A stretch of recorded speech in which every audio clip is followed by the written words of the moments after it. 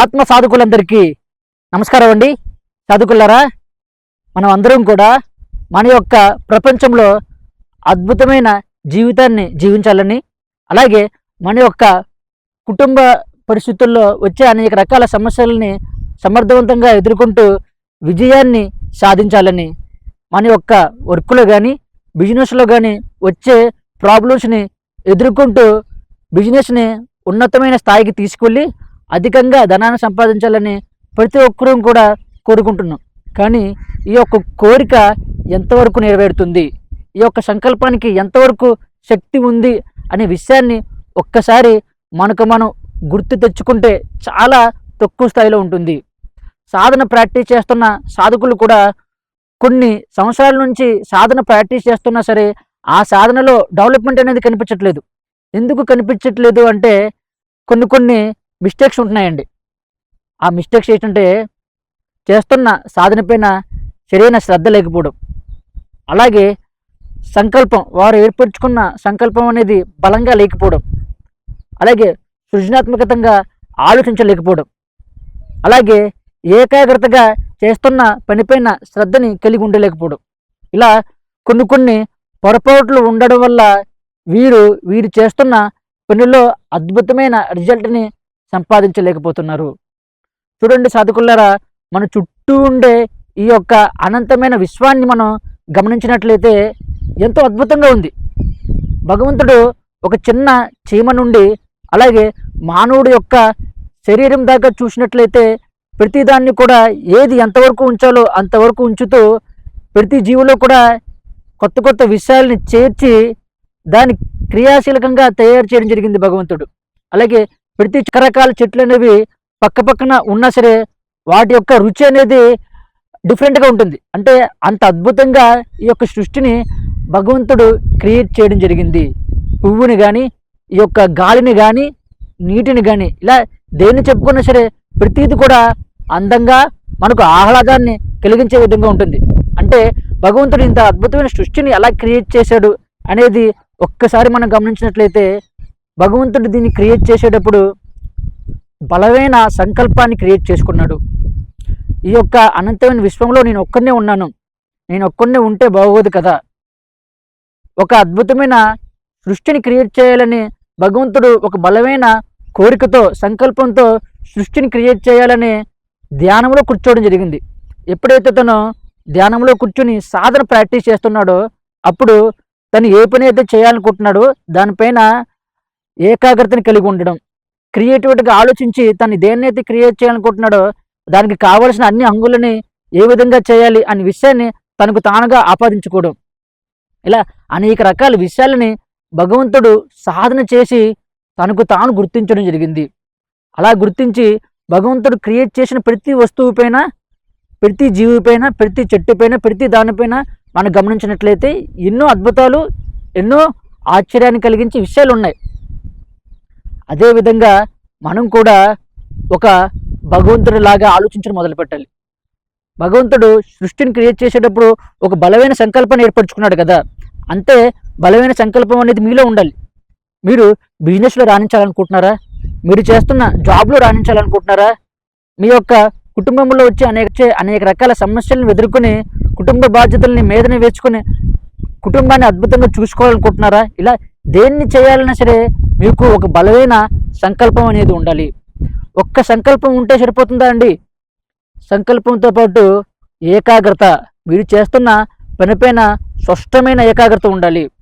ఉదాహరణకు మనం వేసవి కాలంలో గమనించినట్లయితే మనకు అధికంగా వేడి ఉంటుంది.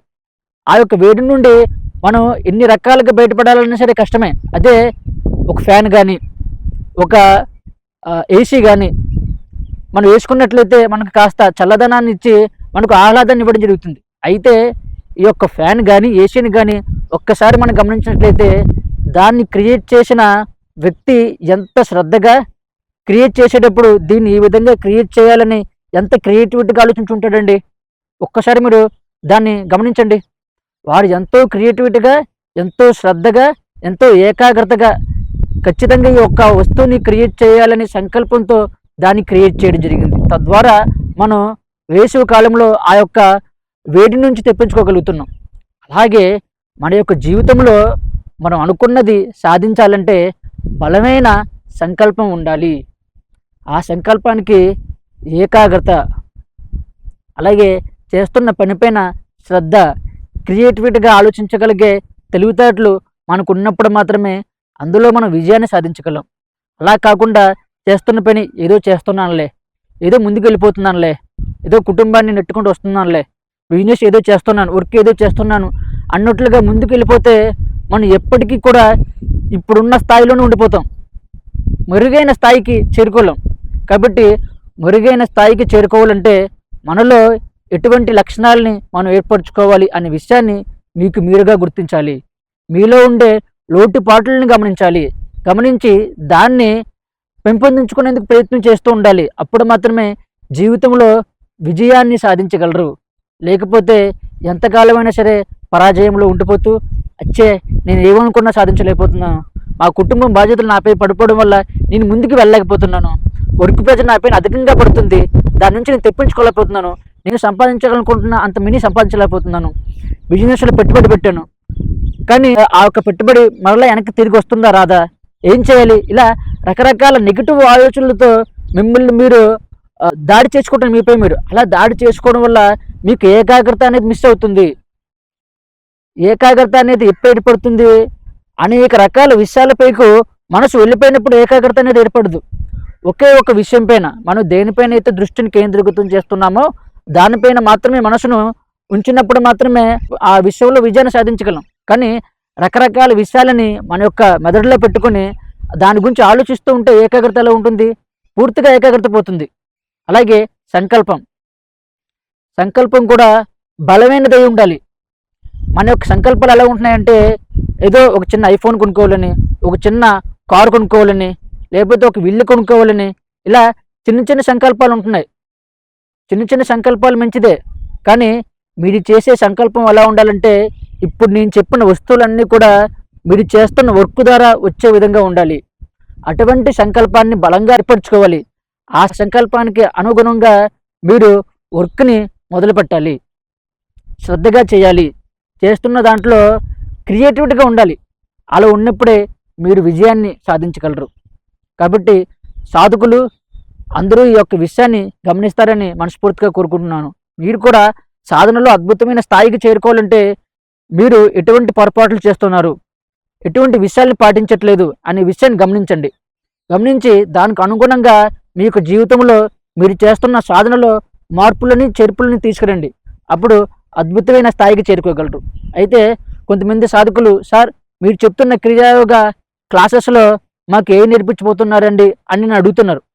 చూడండి సాధకులారా, నేను చెప్పబోయే క్రియాయోగ క్లాసెస్లో మనం ఏకాగ్రతని ఎలా పొందాలి, మన యొక్క ఏకాగ్రతకు ఎటువంటి విషయాలు మనపైన ప్రభావం చూపిస్తున్నాయి, ఆ విషయాల నుండి ఎలా బయటపడాలి, చేస్తున్న వర్క్లో కానీ బిజినెస్లో కానీ కుటుంబ వ్యవహారాల్లో ఏ విధంగా నడుచుకుంటూ ముందుకు వెళ్ళాలి అనే విషయాలని బోధించడం జరుగుతుంది. ఎందుకంటే మనకు మెయిన్ ఇదే కదా, మన కుటుంబ బాధ్యతలు, మనం చేస్తున్న వర్కే, అందులో మనం విజయం సాధించినప్పుడే ముందుకు చేరుకోగలం. కాబట్టి ఈ విషయాలు నేర్పించడం జరుగుతుంది. అలా ఏకాగ్రత ఏర్పడుతుంది. ఏకాగ్రత తర్వాత ఒక బలమైన సంకల్పాన్ని ఎలాగా మనం క్రియేట్ చేయాలి, ఆ యొక్క సంకల్పానికి ఎనర్జీస్ని ఏ విధంగా మనం మన యొక్క సాధన ద్వారా పంపించాలి అనే విషయాలని నేర్పించడం జరుగుతుందండి. ఈ యొక్క క్రియాయోగ సాధన తీసుకున్న ప్రతి ఒక్క సాధకుడు కూడా తను ఏ ఒక్క లబ్ధిని పొందాలనుకున్నాడో ఆ యొక్క లబ్ధిని పొందడం జరిగిందండి. కొంతమంది సాధకులకి అనారోగ్య సమస్యల నుంచి బయటపడ్డారు. మరి కొంతమంది వారి యొక్క బిజినెస్లో కానీ వర్క్లో కానీ అద్భుతంగా రాణించగలిగే శక్తిని పొందారు. అలాగే కుటుంబ సమస్యలని అద్భుతంగా ఎదుర్కొంటూ జీవితంలో ముందుకు వెళ్ళడం జరుగుతుంది. కాబట్టి ఈ యొక్క అవకాశాలని మీరు కూడా ఉపయోగించుకోవచ్చు. అది ఒక్క క్రియాయోగ సాధన ద్వారా మాత్రమే మీకు వీలవుతుంది. ఎందుకంటే క్రియాయోగ సాధన అనేది చాలా వేగవంతమైనది, చాలా పవర్ఫుల్. దీని ద్వారా మన యొక్క కర్మలను పూర్తిగా నాశనం చేయొచ్చు. చెడు కర్మ ఎప్పుడైతే దగ్ధమవుతుందో అప్పుడే మనలో ఉండే అనేక రకాల విషయాలు అనేవి బయటికి రావడం జరుగుతుంది. ప్రేమ, ఆనందం, ఆహ్లాదం, అలాగే ఏకాగ్రత, సమస్ఫూర్తితో పనిచేయడం, ఇలా రకరకాల విషయాలు అనేవి బయటకు వచ్చి మనం చేస్తున్న పనిపైన అద్భుతమైన రిజల్ట్ సాధించగలిగే విధంగా మనల్ని తీర్చిదిద్దడం జరుగుతుంది చదువుకులారా. ఈ యొక్క మంచి అవకాశాన్ని మీరు కూడా ఉపయోగించుకుంటారని మనస్ఫూర్తిగా కోరుకుంటున్నాను. Thank you.